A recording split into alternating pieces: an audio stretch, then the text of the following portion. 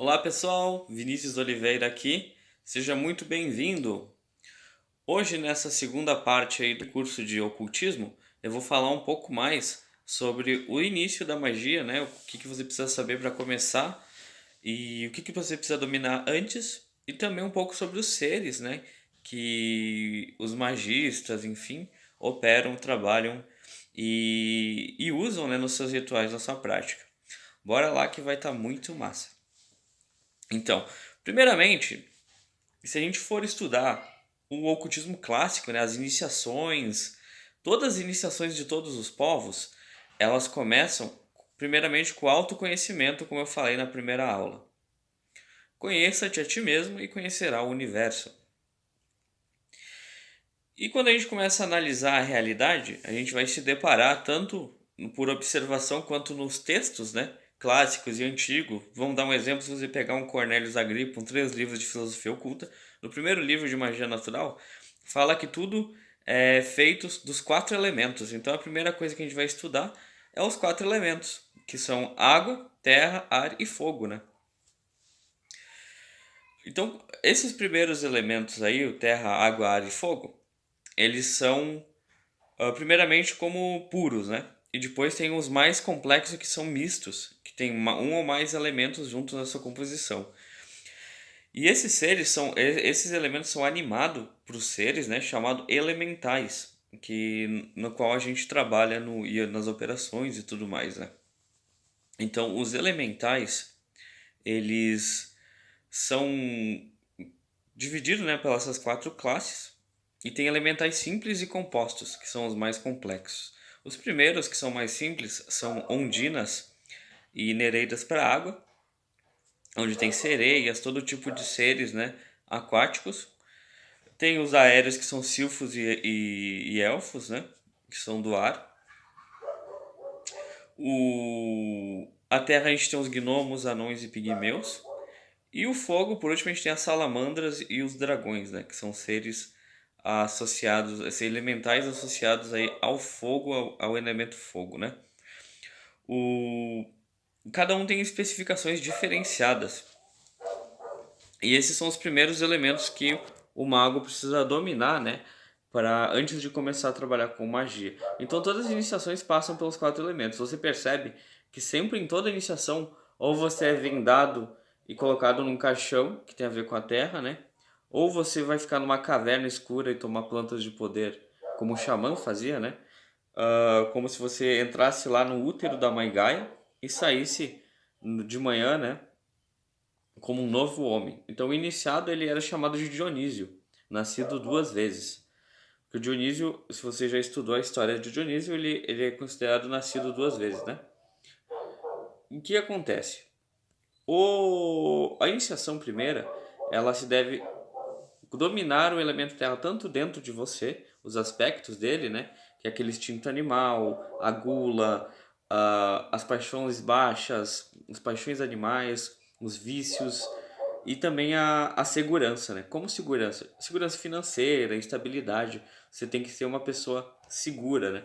Então, quando você vencer a matéria, entre aspas, né? O dragão da matéria, a gente diz que você é um Dionísio, um nascido 2 vezes. Daí você começa a iniciação na água, que aí é sódio o plano astral. Algumas analogias nos filmes, né, mostram, por exemplo, o Neo recebendo 2 pílulas do Prometeu, que é o deus dos sonhos, do astral, e o Morpheus, não Prometeu, perdão. O Morpheus, ele dá a pílula vermelha pro Neo, e o Neo vai pro astral e conhece a verdade mais sutil ali que tem na primeira iniciação. Aí, quando o cara já está iniciado nos mistérios da água, você tem que dominar as emoções, equilibrar a mente, começar a criar, né, uma estrutura do templo mental e criar a sua egrégora, criar ou participar da sua egrégora, né, na qual ele vai trazer para o seu templo. Vamos dar um exemplo: a egrégora judaico-cristã tem a magia salomônica. Você vai incorporar essa egrégora, essa forma de pensamento na estrutura dos seus rituais e na sua vida. É aí que você tem segurança e fé, né? Que os judeus chamam de emuná. Emuná não é uma fé humana, é a fé do iniciado, a fé do tzadik, né? Tzadik, para quem não sabe, é o adepto do judaísmo, do cabalista. Tzadik é um justo, Ele seria que nem se fosse o hierofante dos cristãos e dos gnósticos, né? Do hermetismo, que é o hierofante é o nível do adepto, né? E o adepto do judaísmo, da Cabala, é chamado tzadik. E o tzadik, ele tem emuná. Emuná é a fé do justo, a fé de Abraão, a fé de Jó. Nem analogia, né, pessoal? Não vamos trazer por pé da letra também. Mas vamos lá. Essa iniciação, quando a gente já tem uma egrégora estabelecida, ou a gente está usando uma boa egrégora, você começa a ter poder sobre os 4 elementos. Primeiramente, esses elementos aí, né? Depois você vai passar para o ar, vai dominar a meditação, a visualização, o foco da mente. E depois o fogo, a paixão sexual, o controle sexual, jejum, expandir sua áurea, trabalhar com essa áurea, e mediunidade, e essas coisas que tem a ver com o fogo etéreo, né? Com o éter. E também com o elemento fogo. Por exemplo, se você é uma pessoa que se estressa fácil, vai controlar isso, né? Essa raiva. Vamos supor, vai transformar seu Gébora no ferro em ouro, né? Na sua oitava superior de Gébora, que é Marte, né? E vai equilibrar com o seu Júpiter, que é a tua bondade, a tua generosidade, a tua justiça, o seu equilíbrio, né? A reverberação aí do justo com a raiva, né? Então é o general o estrategista. Se você é uma pessoa que tem muito, sei lá, você é uma pessoa que tem um desequilíbrio financeiro, você vai equilibrar também isso. E assim por diante, né? Vai transformar todos os seus elementos em oitava superior e todos os planetas de oitavas baixas em oitavas superiores. Isso é sutilizar transformar seus metais em ouro, né? Dentro de você. Depois que você fez esse equilíbrio dos 4 elementos, você vai começar a operar com esses elementos. Você vai pegar essa egrégora aí e trabalhar com esses gnomos, com essas ondinas, com fogo, vai consagrar, vai criar suas armas mágicas, né? Vai começar a consagrar e assim por diante. Sempre buscando a sua verdadeira vontade, né? O que são esses seres elementais? Na verdade, eles são uma amalgama, né? Uns seres que permeiam entre a nossa dimensão e a dimensão sutil, né? Eles são os elementos, só que, tipo, tudo tem elemento, né? Tem sólido, gelo é sólido, e se derrete ele vira água, se ele evapora ele vira ar, e assim por diante, né? E depois chove de novo em forma de água. Os elementos estão sempre transitando, e esses seres que animam esses elementos, que controlam, que são os gênios aí que trabalham com isso, são os elementais. Então eles são seres que ficam amalgamados entre a nossa realidade. Eles ficam num plano oculto aí a nós que não temos mediunidade, né? Que quem tem já clarividência pode ver sim esses seres, pode entrar em contato. Só que eles são seres que eles seguem correntes pensamentos. Eles são sim muito mais eles são mais sutis que nós, mas eles são suscetíveis a certos pensamentos. Vamos supor, se você pegar sua egrégora e fizer um ritual e trazer essa egrégora, eles vão se comportar de acordo com os símbolos que você está usando, com essa energia de pensamento, e vão animar essa forma de pensamento para você.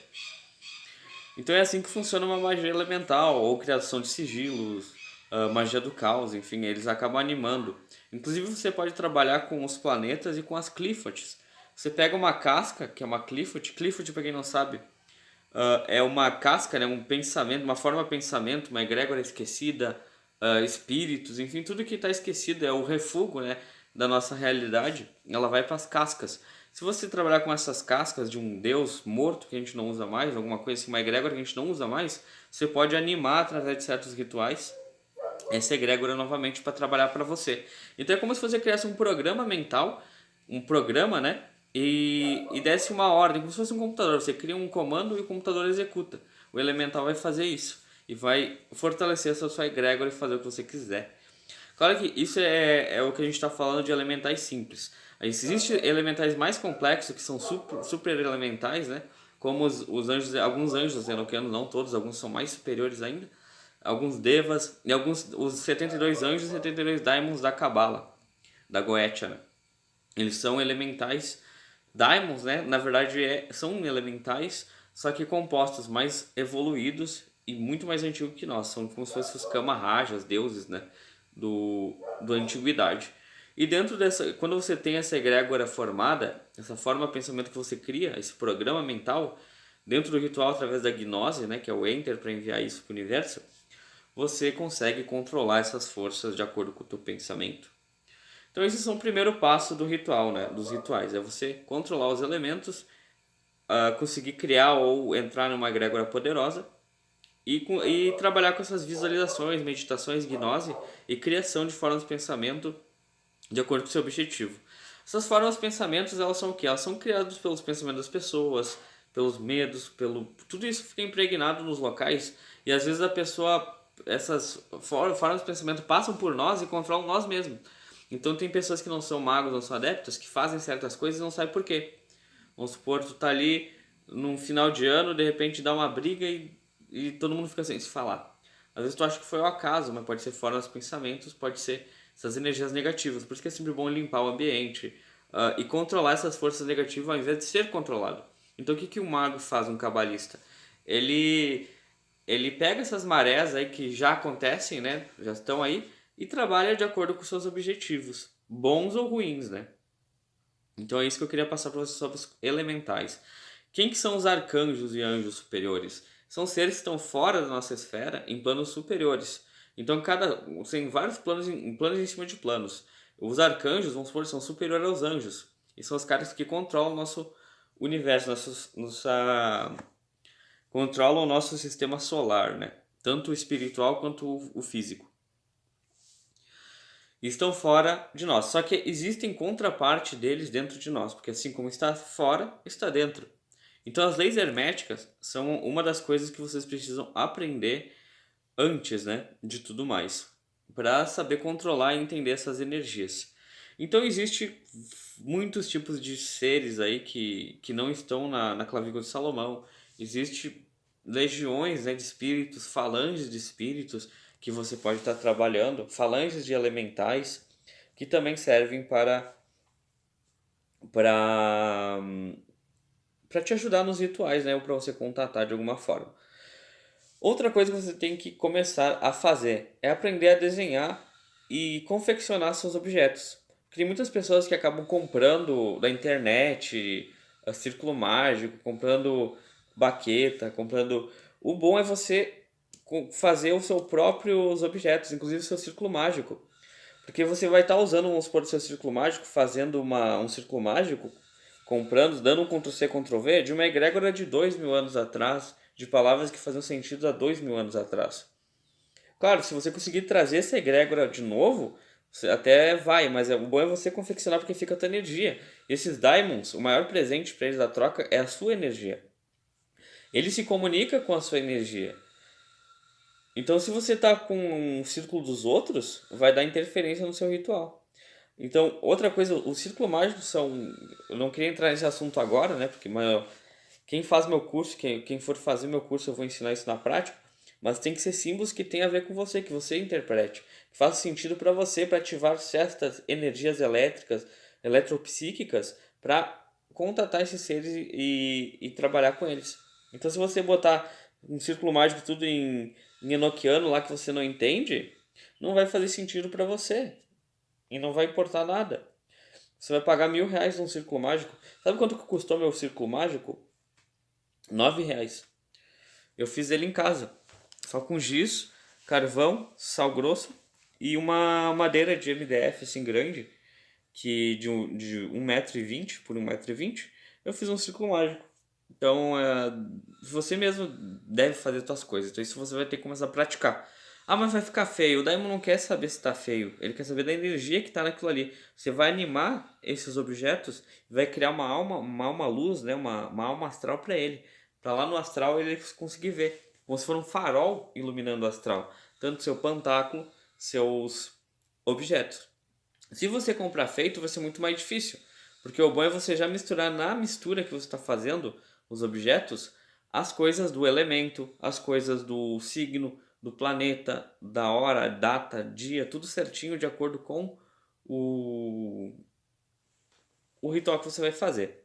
Então essas coisas aí são dicas que eu dou pra você. Eu não vou ensinar nada na prática, para até para vocês não fazer nenhuma besteira aí e vai ser minha culpa, né? Porque eu tô te ensinando. Então eu vou só dar uns toques, uns insights aí para vocês fazer. Se você tiver interesse, no final desse mini curso, a gente vai abrir um espaço para você estudar com nós. Então, se você quiser contratar algum serviço espiritual, rituais, ou estudar com nós aqui da Associação Brasileira de Kabbalah, você vai poder com um valor muito reduzido. Então, todo mundo que participou, né, desse curso vai ter acesso a muitas vantagens aí com nós. Inclusive a participação de futuros outros seminários, palestras gratuitos que a gente vai fazer e acesso também à nossa apostila exclusiva da Associação Brasileira de Kabbalah. Mas isso no final, então acompanhe até o final. É muito importante que vocês vejam juntos, porque isso acaba criando uma egrégora, que é o que a gente está falando hoje, né? Todo mundo fazendo as coisas ao mesmo tempo. Por isso que eu tiro do ar os vídeos e é sempre tem que ser nas horas certas e excluo a maioria das pessoas para não estragar a egrégora e não ficar ruim, né?